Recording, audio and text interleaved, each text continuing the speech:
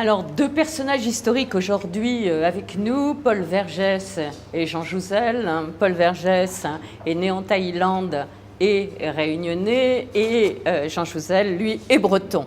Mais en tout cas, ils ont en commun tous les deux d'avoir été des historiques de la cause climatique, et c'est un peu à ce titre qu'on se retrouve pour avoir longtemps gambergé à travers ce monde autour des problèmes climatiques.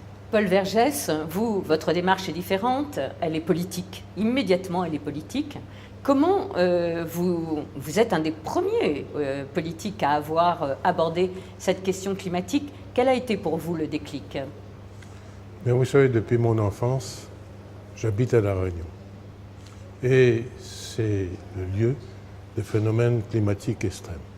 Et j'ai été très impressionné par des cyclones de 1932, 165 morts, la population dévastée, etc. Et en même temps, nous avons des îles voisines qui connaissent le même sort. Madagascar, par exemple, avec tout ce que Madagascar connaît comme conséquence du changement climatique. Les inondations, la sécheresse, la famine, etc. Et je parle également des autres îles. Sur ce plan, il est évident que je me suis intéressé à toute la littérature sur ce plan, dans ce domaine. Et ce qui m'a frappé, c'est que la lutte fondamentale pour l'atténuation du réchauffement climatique devait s'accompagner de la notion d'adaptation aux conséquences déjà acquises du changement climatique. C'est pourquoi j'ai rédigé à l'époque au Sénat un projet sur la création de l'Observatoire national sur les effets du réchauffement climatique. Et dès cette époque, j'avais obtenu de mon groupe que je sois le seul signataire de ce document que j'ai adressé à tous mes collègues du Sénat, et j'ai obtenu la signature de représentants de tous les groupes politiques. Mais vous, en tant que politique, vous avez dû avoir du mal à secouer le cocotier des politiciens. Oui, si on peut parler ainsi. Mais j'ai une conviction profonde.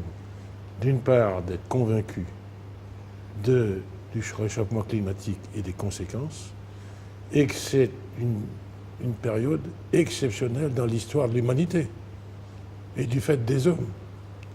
Et en même temps, parce que j'ai vécu cela, vous avez un autre phénomène de la transition démographique qui est aussi exceptionnel et simultané.